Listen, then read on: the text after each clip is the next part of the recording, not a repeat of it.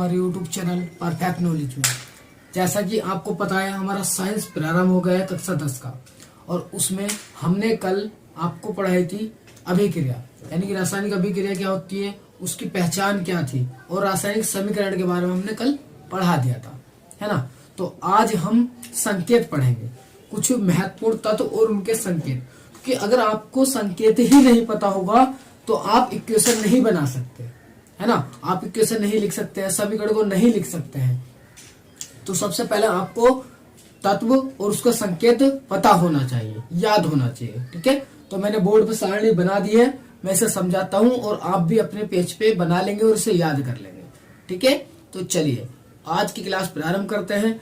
आज हम संयोजकता सारणी और ये महत्वपूर्ण तत्व और उनके संकेत पढ़ाने वाले हैं। तो चलिए देखिए, यहाँ पर हमने लिखा है तत्व, यानी कि तत्व के नाम है। यहाँ पर लिखा है संकेत, यानी कि सारे संकेत हैं इनके, और यहाँ पर लिखा है परमाणु संख्या, ये इनकी परमाणु संख्या है, ठीक है।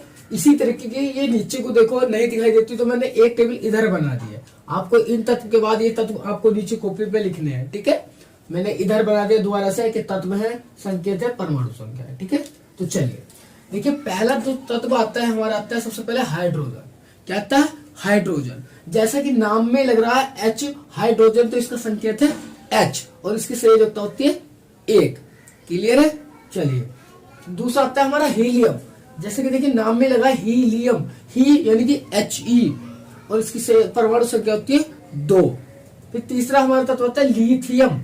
लिथियम नाम में लग रहा है Li, यानी कि लिथियम की परमाणु संख्या होती है 3। रहता बेरिलियम, बेरिलियम की Be होती है, बी संकेत होता है और परमाणु संख्या होती है 4। फिर आता है बोरोन, बोरोन को बी से प्रेजेंट करते हैं और इसकी परमाणु संख्या होती है 5। रहता है कार्बन, इंपोर्टेंट तत्व है ये, आपके सिलेबस में है, ठीक है, पढ़ेंगे।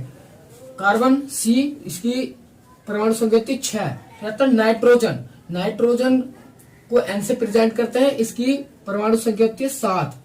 फिर होती है ऑक्सीजन, ऑक्सीजन का संकेत होता है O और इसका परमाणु संख्या होती है 8।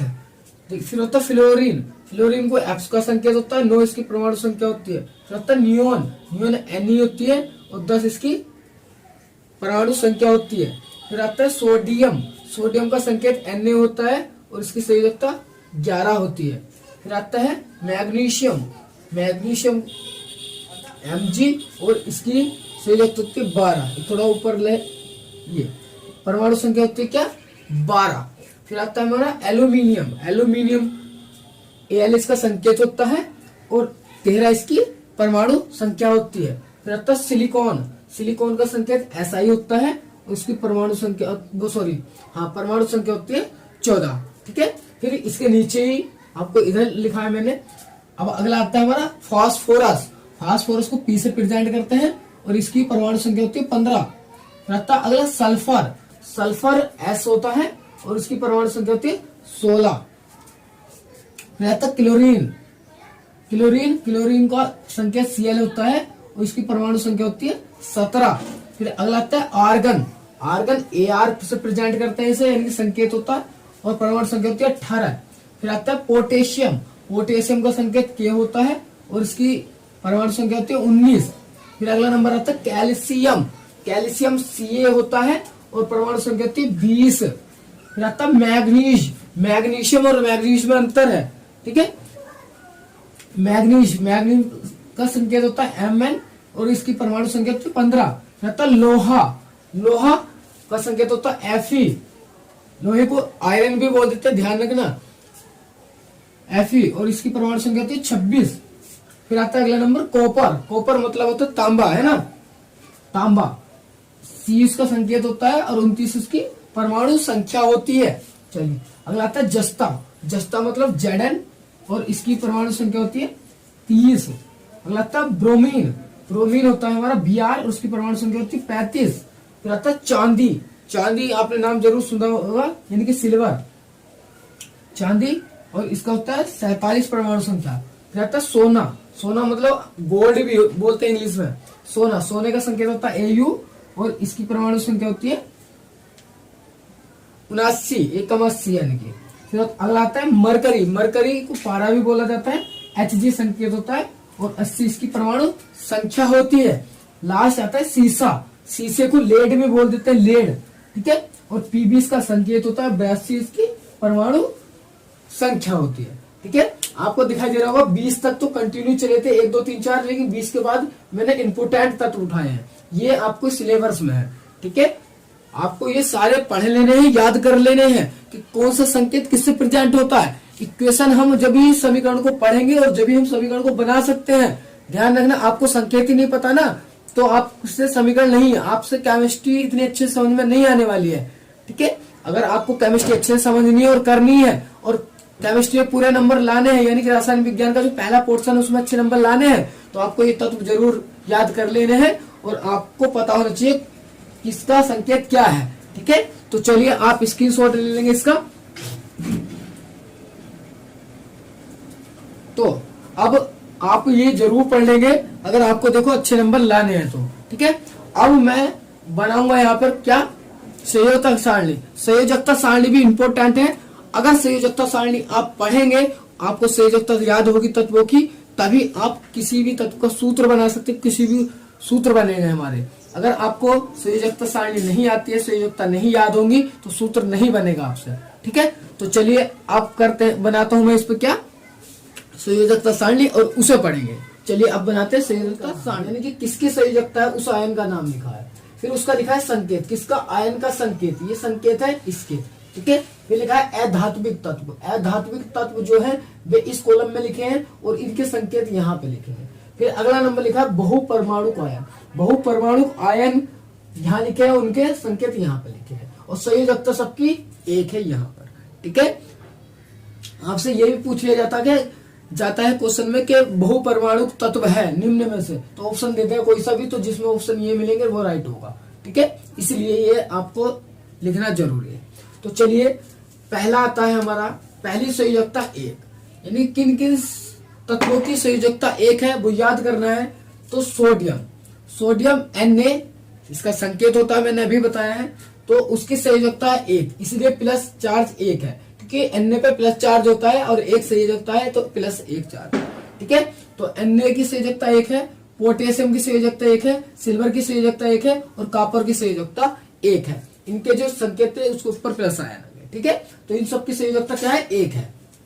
फिर आता है हाइड्रोजन की संयोजकता एक है, हाइड्राइड की संयोजकता एक है, क्लोराइड की संयोजकता एक है, ब्रोमाइड की संयोजकता एक है, आयोडाइड की संयोजकता एक है। इन सारे तत्व की संयोजकता क्या है, एक है, ठीक है। संकेत आगे है, इन पर चार्ज हाइड्रोजन में प्लस होता तो प्लस एक और इस पे हाइड्राइड पे नेगेटिव चार्ज होता तो माइनस एक, क्योंकि संयोजकता एक है।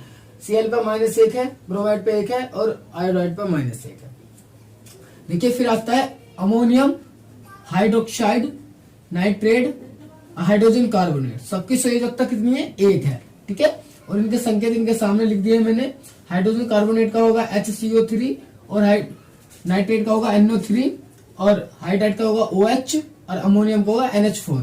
इनके जो ऊपर ये आयन लगे हैं, प्लस माइनस जो लगे हैं, ये इस संयोजकता के अनुसार लगे हैं और आपको इनसे इतना ध्यान नहीं देना, आपको सीधे सीधे याद रखना है संयोजकता है, ठीक है। आपको इससे कोई प्रॉब्लम नहीं होने वाली है, आप सीधा संयोजकता याद रखेंगे किसकी संयोजकता क्या है और तत्व मैंने पीछे बता दिया संकेत क्या है, ठीक है। चलिए अब पहली जो यहां से यहां तक के पूरा एक कॉलम की संयोजकता सब एक है, ठीक है।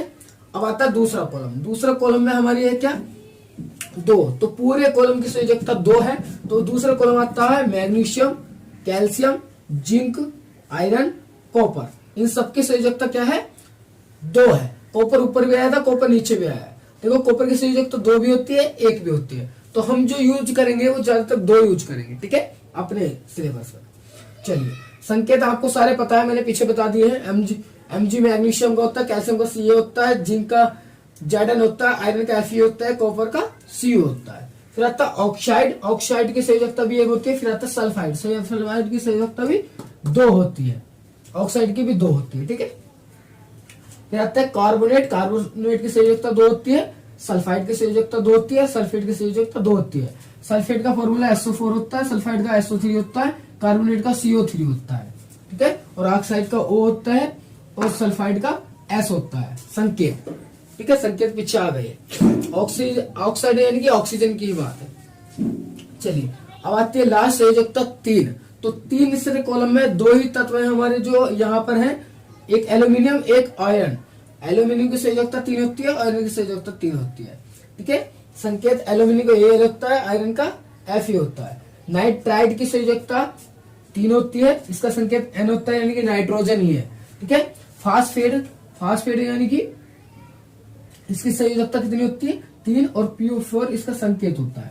ठीक है, तो आपको ये संयोजकता याद कर लेनी है, वेरी वेरी वेरी इंपॉर्टेंट है। मैं बता दूं, संयोजकता अगर याद होगी आपको तत्वों की तो आप किसी भी सूत्र को बना सकते हैं, किसी भी रासायनिक सूत्र को बना सकते हैं, उसे लिख सकते हैं। और जब रासायनिक सूत्र बन जाएगा तो किसी भी समीकरण को आप आसानी से लिख सकते हैं, उसे संतुलन कर सकते हैं। ठीक है, तो आपको ये संयोजकता सारणी याद होनी चाहिए और तत्व के संकेत भी आपके याद होने ही चाहिए। ठीक है, इसलिए मैंने ये वीडियो तत्व पे और संयोजकता सारणी पे बनाई है। ठीक है, तो आप अच्छे से याद कर लेंगे। उसके बाद अगली वीडियो में हम बनाने वाले हैं रासायनिक सूत्र बनाने सिखाएंगे कि रासायनिक सूत्र कैसे बनाए जाते हैं। ठीक है, तो चलिए आप स्क्रीनशॉट ले लेंगे इसका। याद आपकी तभी होगी जब आप अपनी कॉपी में बनाएंगे और उसके बाद इसका रिवाइज करेंगे सुबह शाम, अन्य वरना याद नहीं होने वाली है ऐसे। ठीक है, आप सुबह शाम इसका रिवाइज कीजिए, आपकी याद हो जाएगी। और आज के वीडियो में इतना ही, कल मिलेंगे अगली वीडियो में अगले टॉपिक के साथ, रासायनिक सूत्र बनाना सीखेंगे। ठीक है, तो चलिए आज के लिए इतना ही, चलते हैं। जय हिंद।